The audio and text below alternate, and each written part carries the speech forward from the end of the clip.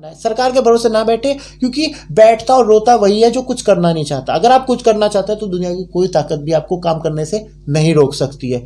इसलिए मैं कह रहा हूं कि अपना माइंड को क्रिएटिव बनाएं और फालतू के मुद्दों के हटने की बजाय ये सोचे कि अपना को कैसे बेटर करें, अपने घर को और अपने समाज को कैसे बेटर करें। उत्तराखंड में चुनावी सरगर्मियां तेज हैं। उत्तराखंड सहित 5 राज्यों में चुनाव है। हम आज बात करने वाले हैं उत्तराखंड की।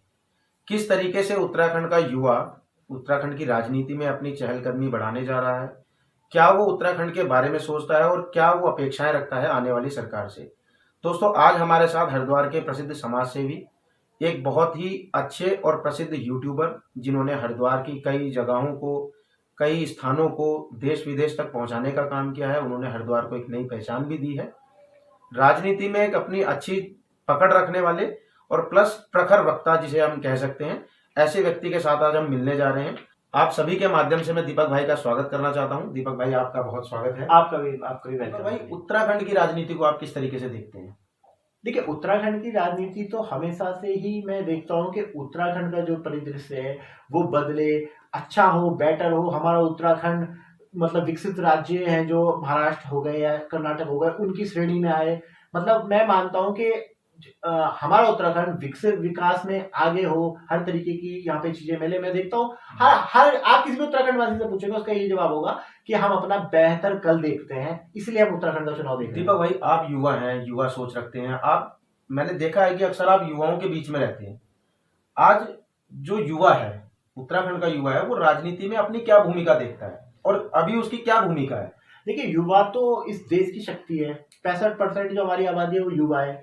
पर मैं ये देखता हूँ युवाओं की शक्ति का दोहन होता है आज की राजनीति में। आपसे युवाओं का मतलब बहुत उनकी जो आप कहना चाह रहे हैं कि एक तरीके से इस्तेमाल होता है, चाहे कोई भी राजनीतिक पार्टी हो, इस्तेमाल होता है। अगर मैं अपनी पर्सनल में आप बात करूं तो मैं चाहता था कि हरिद्वार, अगर मैं हरिद्वार का हूं, कि हरिद्वार में कोई युवा नेतृत्व आ गया है। पर देखिए, आप देख सकते हैं कि फिर जो अभी जैसे आपने कहा कि आप चाहते हैं कि भाई युवा नेतृत्व आ गया है, तो क्या मानते हैं आप कि अभी जो युवा है वो किस पायदान पे खड़ा है राजनीति में? देखिए, युवा तो अभी उसी पायदान पे है कि युवा का, मैंने बोला है ना, सिर्फ शक्ति का दोहन होता है। युवा के पास क्षमता होती है, उसके पास एनर्जी भी ज्यादा होती है, पर युवा के पास एक मार्गदर्शन नहीं होता है। आप कहना चाह रहे हैं कि जानबूझ करके युवाओं को आगे नहीं आने दिया जा रहा है, ऐसा कुछ? राजनीति का एक कड़वा सच भी यही है कि जो मतलब जो आप बोल सकते हैं, जो बड़ी उम्र के लोग होते हैं, मौका नहीं दिया जा रहा, मौका नहीं दे सकते। ये कहना चाह रहे हैं?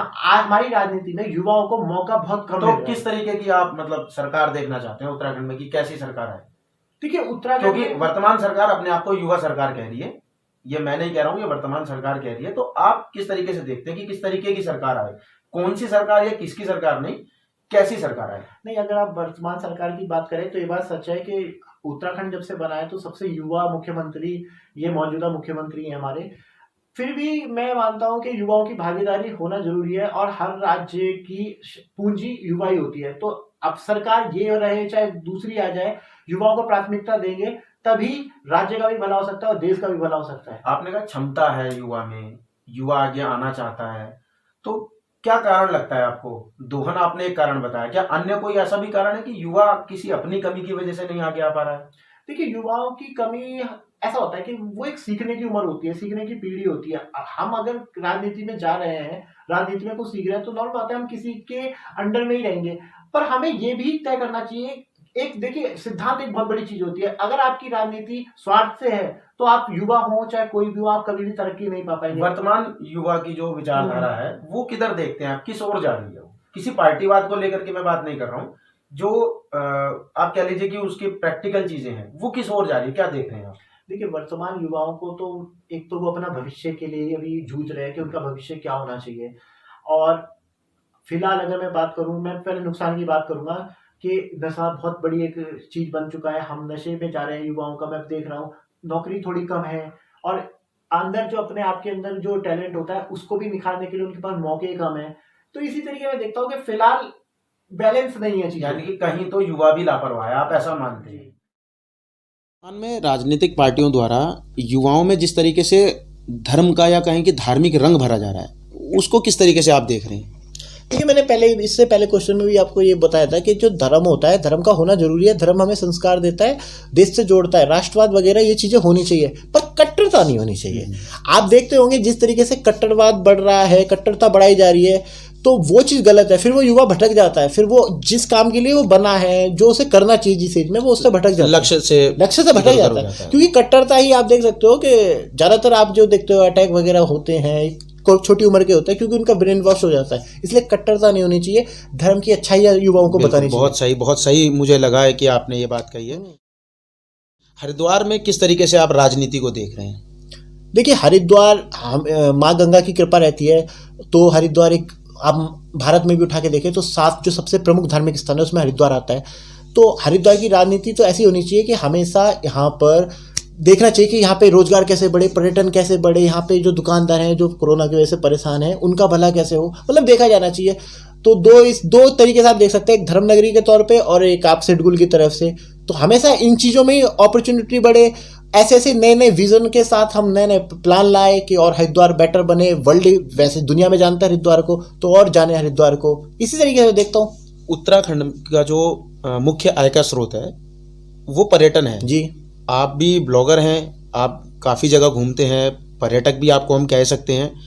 क्या लगता है आपको कि कहाँ कमी है या क्या अभी अपेक्षाएं हैं आपकी सरकार से पर्यटन को लेकर के? देखिए, मैंने जैसे आपने बोला, मैं पूरे घूमता हूँ, मेरा काम है ब्लॉगिंग का और मैं घूमता रहता हूँ। तो मैं ये देखता हूँ कि जिस तरीके से हरिद्वार को होना चाहिए था ना, मैं हरिद्वार की बात कर रहा हूँ, फिर मैं उत्तराखंड की करूँगा।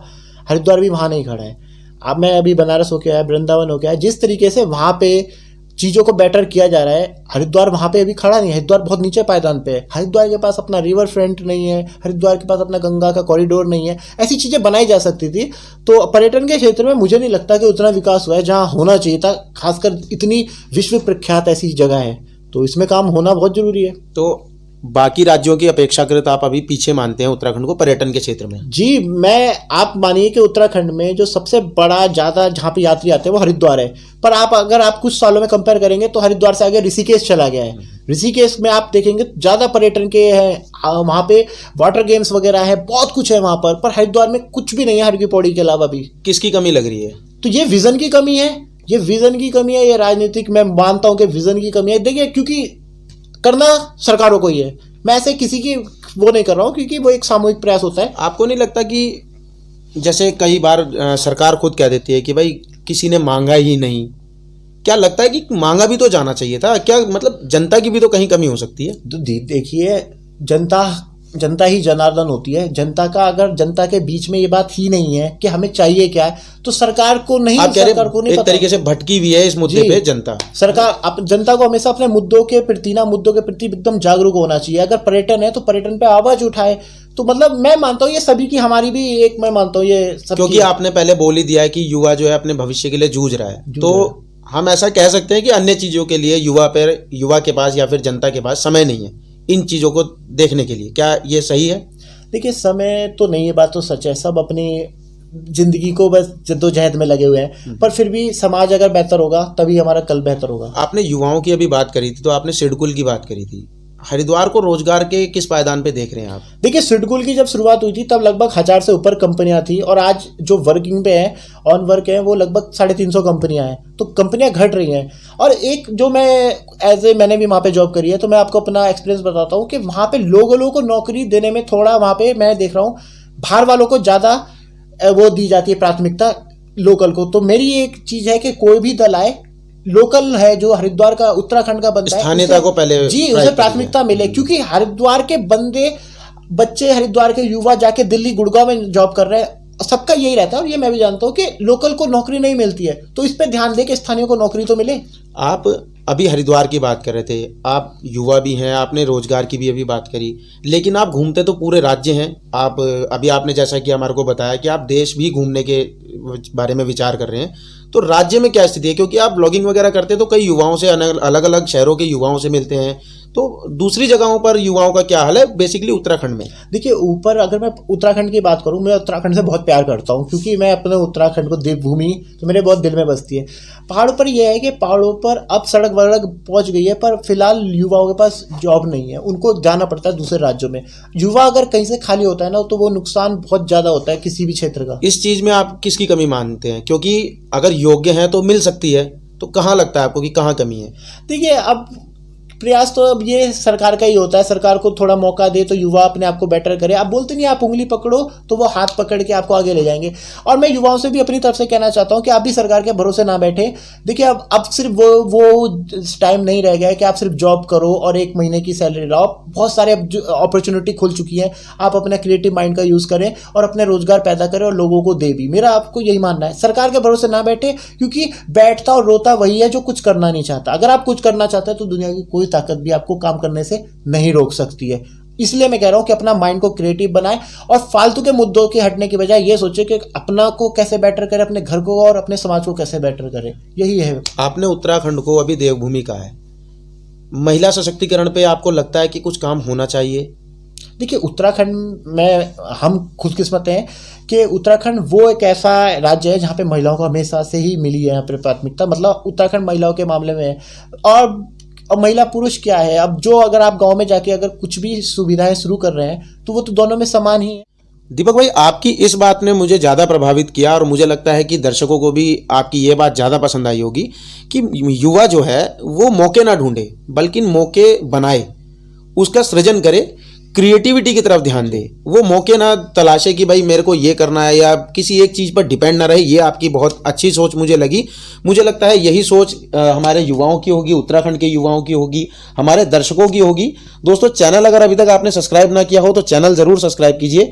ये सोच हमारे दीपक भाई की है और मेरे को लगता है मैं इनके आधार पर आकलन कर सकता हूँ कि यही सोच हमारे देश के और हमारे राज्य के युवा की होनी चाहिए और शायद होगी भी। तो दोस्तों, फिलहाल तो हम अपनी चर्चा को यहीं विराम देते हैं।